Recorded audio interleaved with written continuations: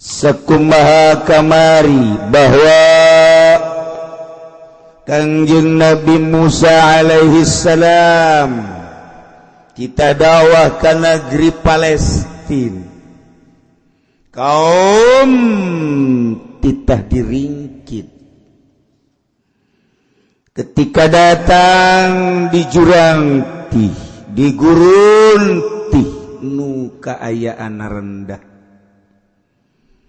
didinya cicing ternyata perbekalan teh geus eueuh timbul dahaga timbul lapar panas anu pohar unjukkanlah ke Kangjeng Nabi Musa alaihissalam Kangjeng Nabi Musa dititah ngaatraksikeun naon ngaranna tungkedna nu jadi mukjizat terhadap Kangjeng Nabi Musa. Ketika kaum ngarasa dahaga menta jang minum Kangjeng Nabi Musa langsung ku Gusti Allah titah nakolkeun tungked kana batu. Begitu ditakol ke kala luar cai sesuai jeung letah masing-masing 12 pantai. Ketika panas Allah ngutus mega awan sehingga tiis aduh luar biasa. Zallalna alaihimul ghabab. Bebeja lapar Allah mere buah manna wassalwa. Ya Allah ya Rabb. Jang nginum jeung jang mandi aya cuaca sakitu tiis kalantaran dipayungan ku awan dahar dibere ku Gusti Allah. Hati-hati ieu nikmat kudu dipake ibadah ka Gusti Allah bersyukur ka Gusti Allah.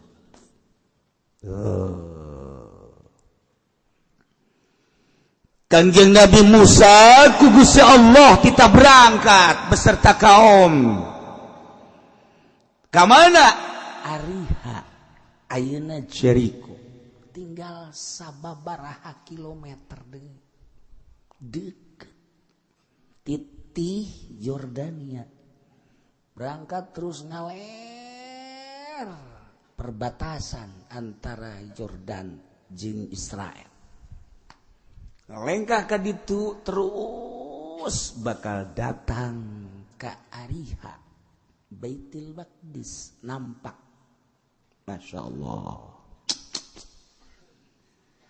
cek Gusti Allah Musa berangkatlah maneh beserta kaum ke Ariha ke Jericho cuman make syarat nomor kahiji kudu maca istighfar ulah eureun-eureun ngarasa diri loba dosa minta hampura ka Gusti Allah tina seluruh dosa-dosa baik nu gede maupun leutik minta ka Gusti Allah hampura hiji nomor kedua maneh asup ka negeri Jericho dengan tunduk abeh katingali kos jelema nu bener-bener berdosa yakni kadeuleu kos jelema anu DP tawadu sanggeus datang ka ditu dipersilahkan untuk menikmati keayaan negeri eta didinya anjeun Musa bakal ningali kasuburan daerah eta naon bae didinya jadi jeung naon bae didinya bakal buahan ulah kaget Musa didinya lamun aya cau berbagai cau tina cau nu leutik cau emas cau kepok datang ka cau nu gede bakal aya didinya samangka ti mimiti samangka nu beuleud nu lonjong nu gede aya didinya waluh bakal aya waluh leutik waluh gede aya didinya paria ti mimiti paria buleud datang ka paria panjang datang ka nu sok di batuan panjang paria oral aya kabeh didinya cabe keriting, cabe panjang, cabe beureum hejo kabeh aya. Bawang ti mimiti bawang kitu Tegal. Nyawan ka Tegal. Brebes didinya jeung endog-endogna aya. Woi, datang ke bawang kitu Indian bulede aya kabeh. Wortel cara di Cipanlas Bandung Parahyangan araya kabeh kadinya. Wah, sagala rupa aya. Ulah kaget Musa. Begitu datang kadinya, silahkan nikmati halal. Bejakeun ku Kangjeng Nabi Musa, wahai kaum, Allah geus meresen. Urang titah berangkat dalam rangka dakwah ke Yerusalem, tepatna di daerah Baitul Maqdis. Nuku urang titah disinggahi adalah Ariha, Jericho. Didinya tempat anu subur segala rupaya, cai singkolocor palawija anu sakitu luar biasa lobana. Kulantaran cai singkolocor bakal loba cai di harandap anu ngendak anu lempang. Eta nu ngaran lauk ambalayah, pasti asal aya cai aya lauk, ada air ada ikan, ada gula ada semua, ada wanita ada laki-laki, aya nu bener aya nu teu bener. Wah ngarembet. Siap, cuman syarat hiji asupda kudu tunduk. Nomor kedua kudu ulah eureun-eureun maca istighfar ka Gusti Allah. Allah bakal ngahampura sakit. Siap atuh ai di itu subur mah. Orenganan lain kuari bae. Neuleuh nu hejo-hejo teh. Embe neuleuh nu hejo, wani mapal. Jelema manggih nu hejo pohara jasa sakitu keur andiupna di masjid barang di panggung aya Golkar hejo pasti ditinggalkeun. Imam anu kuduna ngimaman asar di panggung eta garana neuleuh nu hejo lemok eta nu hejo eta kos karena itu pohara. Nah siap masyarakat teh berangkat. Begitu titah istighfar henteu poho nya teh salantaran dibere nikmat anu pohara.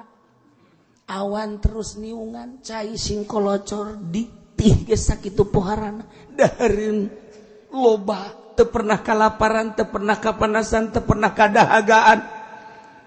Malah Kangjeng Nabi Musa nyaritakeun di ditu mah leuwih subur nu pohara. Nu kadeuleu teh hanya kalazatan nu babalik nangan ka awak doang. An aya istighfar mah qalbu poho ka Gusti Allah. Masyaallah. Nu mata kejadian ieu dilestarikeun. Wadkur ingat anjeun Muhammad. Idz qila lahum ketika diomongkeun ka Bani Israil. Anjing Nabi Musa sebagai pemimpinnya. Bejakeun Musa. Uskunu hadhil qaryah.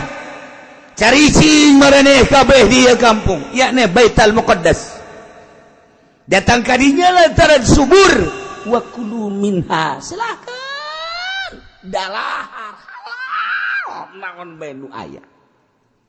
Haitsu syitum di mana bae maneh kersa, maneh hayang, maneh henteu, mangga bae.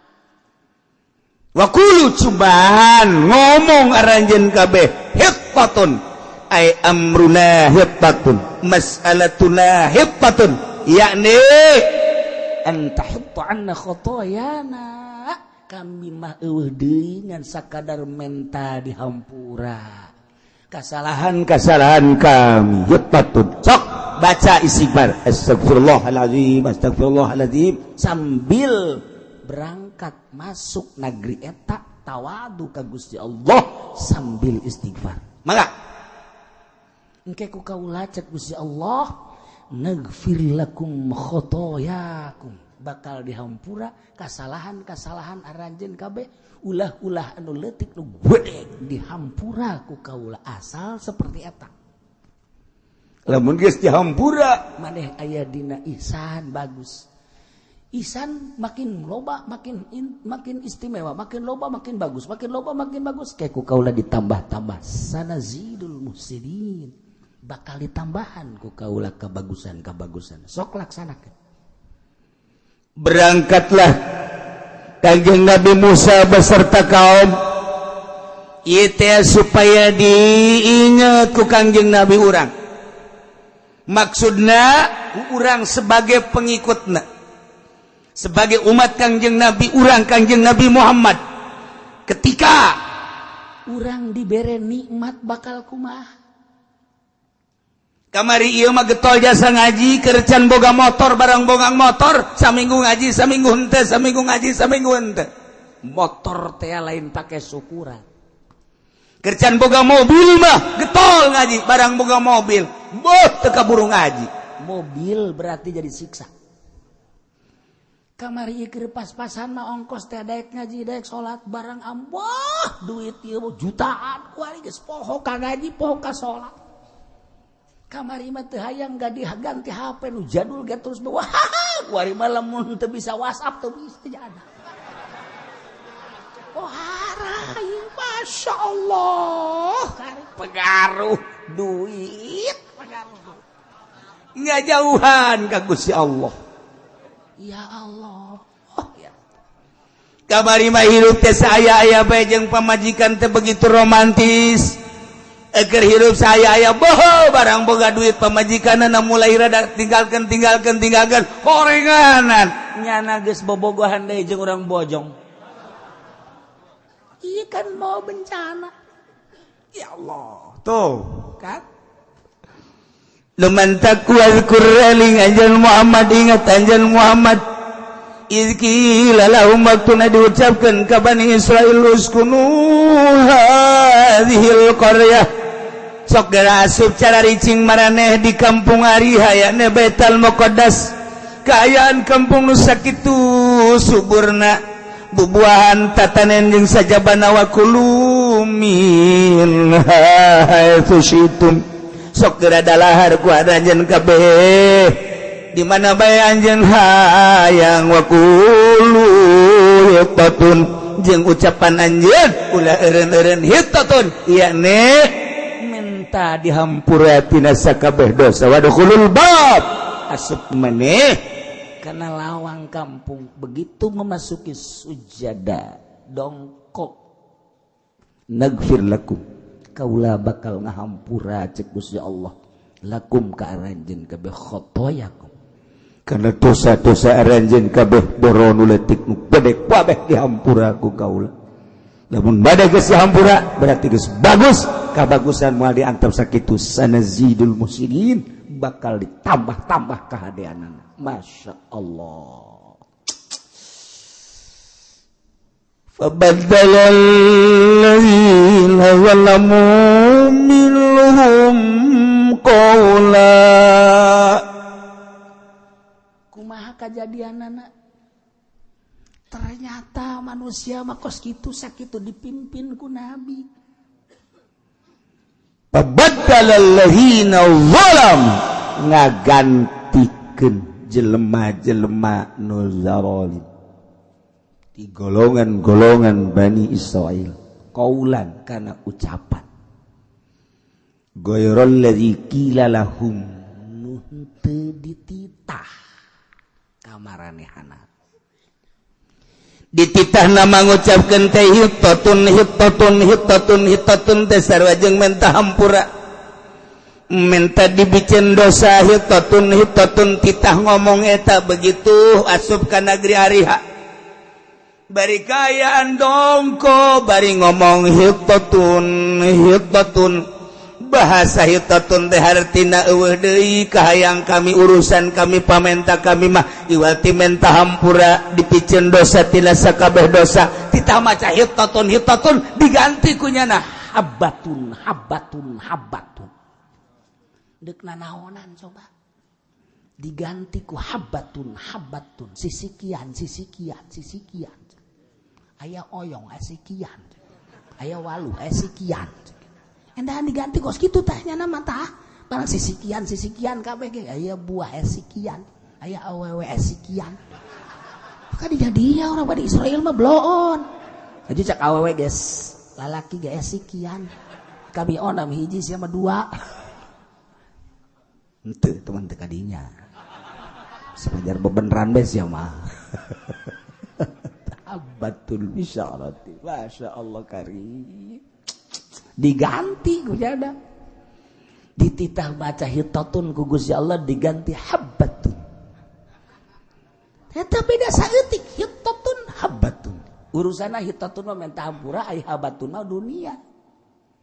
Dunia sisikian makan dunia ngaran. Jadi tetap baik titah urusan anak istighfar tetap nama dunia baik.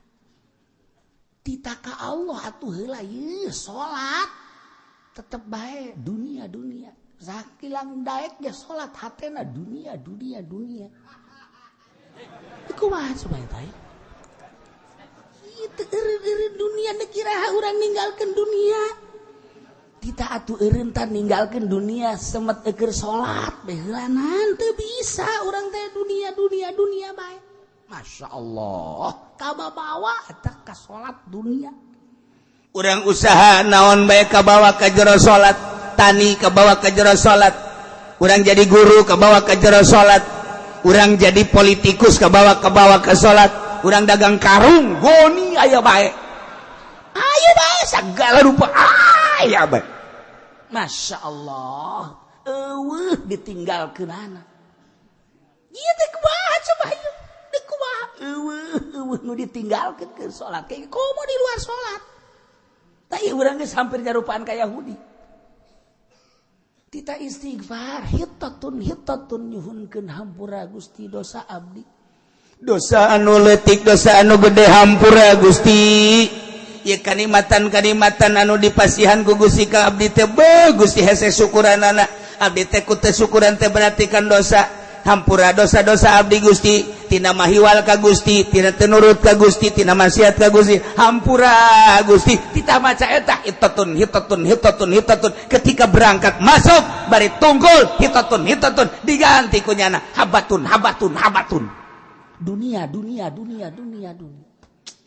malah titah tungkul teh endahan ngeson.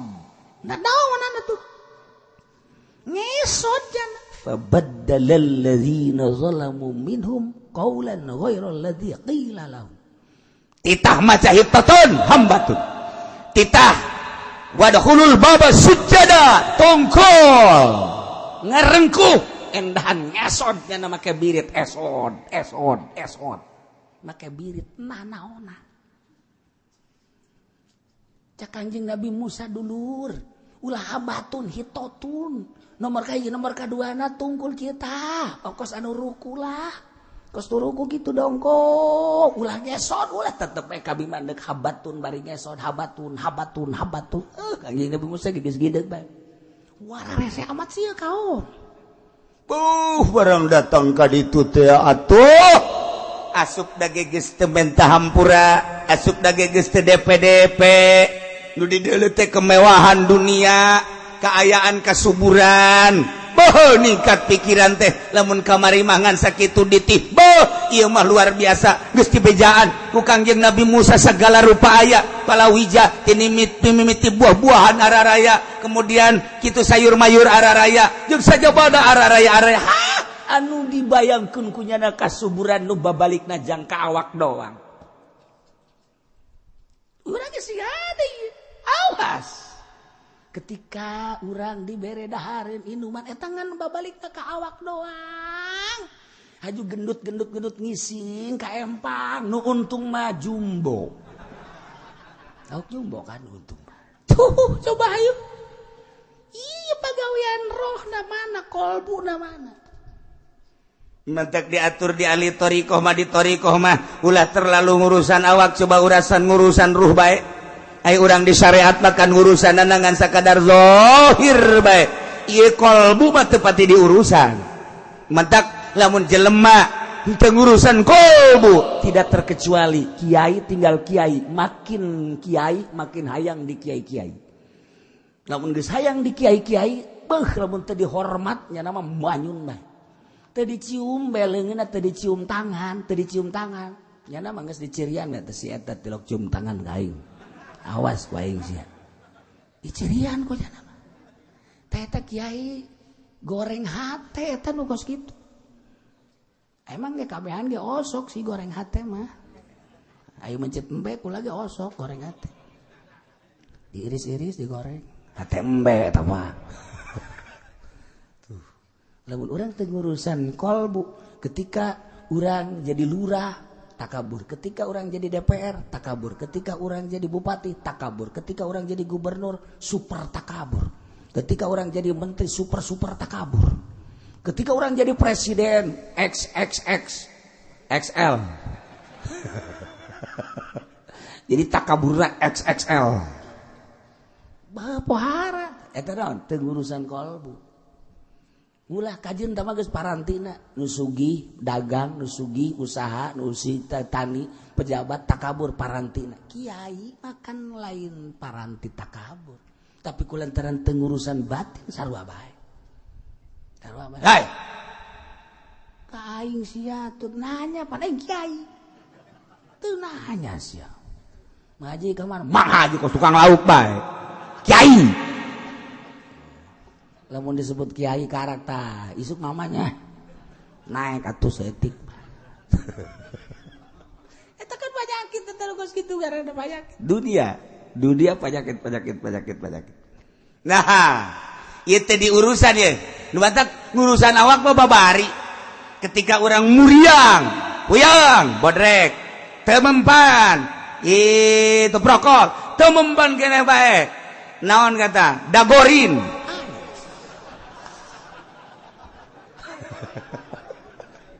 Leng-lengannya nangis. Bisa kan orang? Nah, geus beres. Masih kena-kena kan ka mantri. Mantri can mampu kan orang ke dokter. Dokter can mampu kena we opnam. Urang di opnam. Dokter ieu kurang hebat rumah sakit pindah urang ka Cipto. Tah, Cipto kurang hebat Singapura. Oh. Singapura masih kena kurang kena bae Jerman. Ya Allah, eta orang urusan awak mah berani kos gitu. Ketika penyakitan awak orang teh hasud, kunaon teu pernah dibawa ke dokter. Hasud teu pernah dibawa ke dokter. Coba sekali-sekali orang datang ke Ustaz Insani. Siapa nama? Saya Pendi. Oh iya. Keluhannya apa? Saya hasud, Pak. Hasud. Iya, Pak, penyakit batin saya, Pak. Katanya kata Kiai Uci suruh ke dokter, jadi saya ke dokter sini. Wah, ini mah harus dibawa ke Grogol nih. Ya lagi itu jemput ke pengurus dirinya. Sus, rantai bawa sini. Ada nama Pendi nih.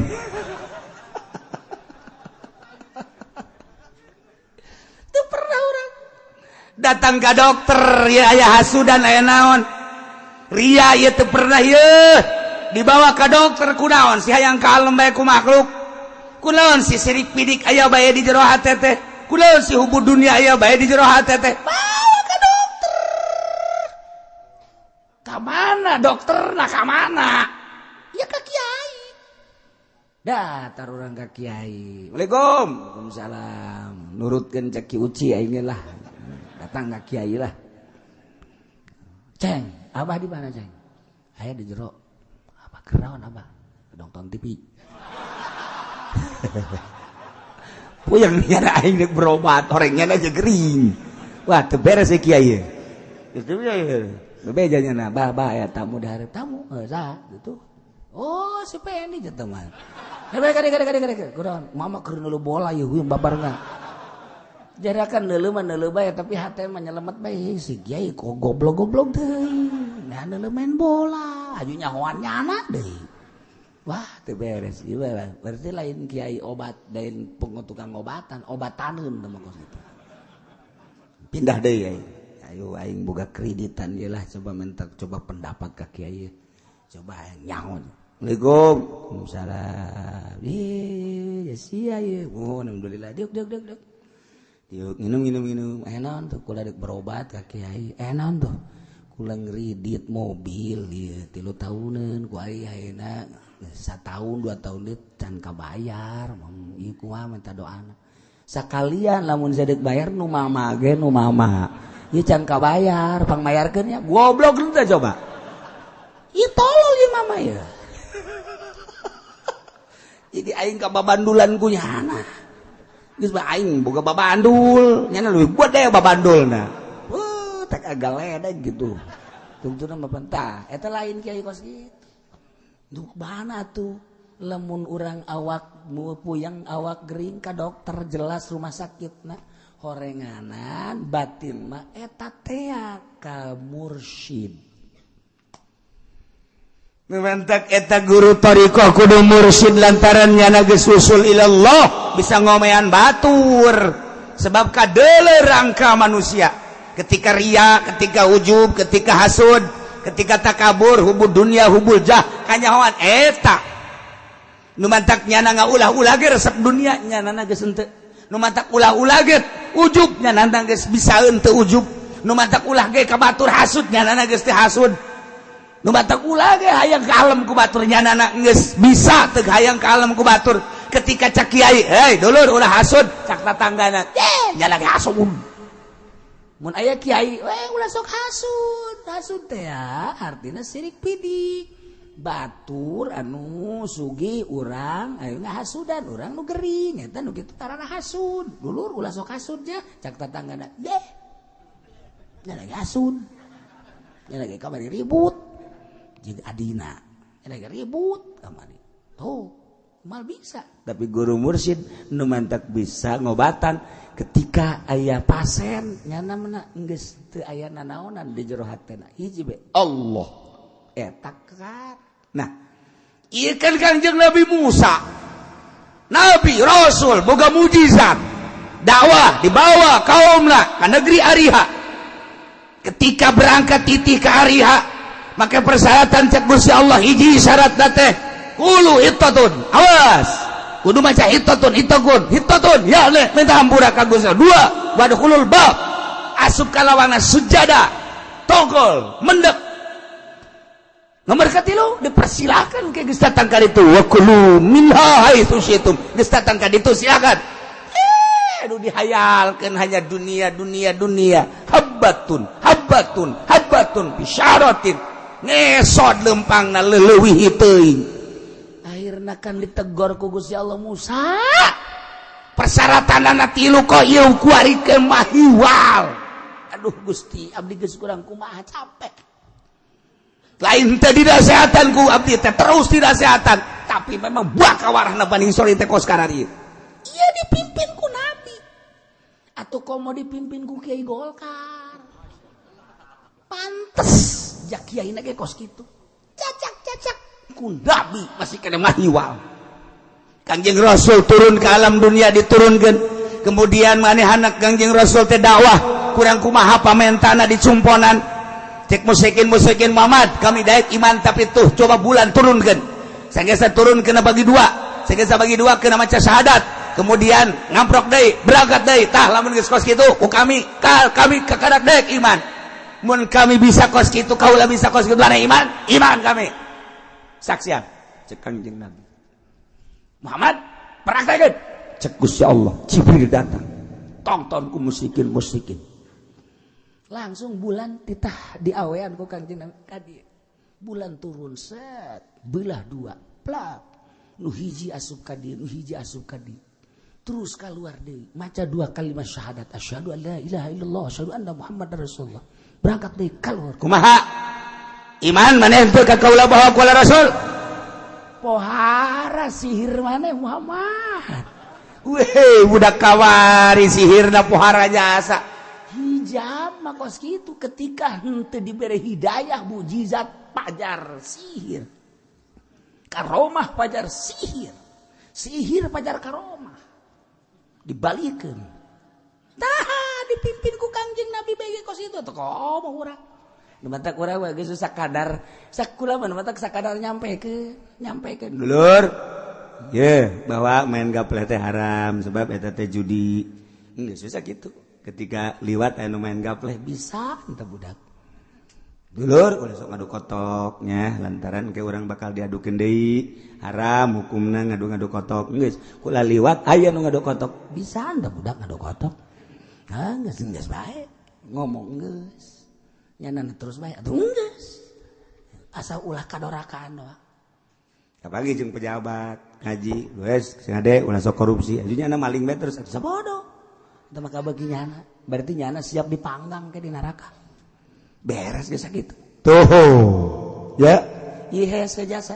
ngurusan awak bababari tapi ngurusan kolbu mah hese ya Allah ketika aya nu geus bisa ngurusan kolbu indah sebab naon jelema nu geus bisa ngurusan kolbu eueuh sekat jeung sasaha ge akur bae sebab kabeh makhluk Allah urusan pagawean jeung aktivitas urusan nyana mangan sakadar dititah teh dakwah ai dae ke narimana ente mah geus eueuh nanaon jeung sasaha bae ge akur bae nikmat kapanggih jeung sabae nu ngamanggihan ge akur bae ngeunaheun bae sebab laon eueuh nanaonna nu sugih datang teu pernah dipenta nu susah datang menta dibere ala kadar bae mah anu gering minta didoakeun yeuh mun teu cager bae tinggal gitu doang beres nyageurkeun nu mehkeun mah Gusti Allah kitu urusan beres geus jadi geus kacumporan kabeh nikmat toh